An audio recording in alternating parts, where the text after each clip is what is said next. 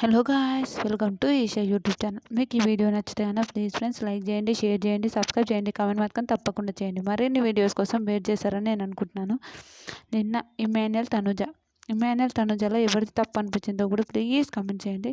నాకైతే తనుజది తప్పు అనిపించింది. నామినేషన్ చేసేసుకోకో, ఎందుకు ఎందుకు అంత గర్జు పెట్టుకోవడం అసలు నచ్చలేదు నాకు.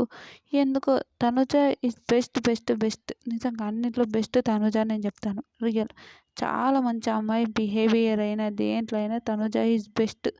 రియల్ చాలా చాలా చాలా మంచి అమ్మాయి.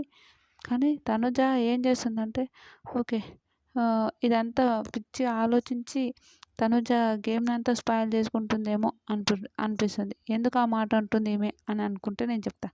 ఎందుకు ఆ మాట అంటున్నా అంటే, ఇమాన్యుయల్ తనుజ నామినేషన్‌లో ఇమాన్యుయల్ తనుజ విషయంలో మీకు ఎవరిది కరెక్ట్ అనిపించింది? ఇమాన్యుయల్ వర్సెస్ తనుజ.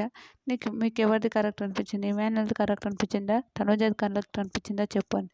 ఇంకా కళ్యాణ్ నామినేషన్ చేస్తారంటే ఓకే, నచ్చినప్పుడు నామినేషన్ చేస్తారు కదా. ఇంకా నా ఫ్రెండ్స్ నాకు నామినేషన్ చేయొద్దు అని ఒక థింగ్ అయితే ఉండొద్దు. నిజంగా ఎవరిని సపోర్ట్ చేయకపోయినా ఇమాన్యుయల్ 100 సార్లు సపోర్ట్ చేసిండు ఆ అమ్మాయికి. చాలా సార్లు, చాలా చాలా చాలా చాలా సార్లు సపోర్ట్ చేసిండు. కానీ ఆ అమ్మాయి లేదు, నాకెవ్వరు సపోర్ట్ చేయలే అని అంటారు. దివ్య చెప్తుంటది, నాకెవరు సపోర్ట్ చేసినా అందరు అబద్ధాలు చెప్పారు, నాకెవరు సపోర్ట్ చేయలే అని అన్నది.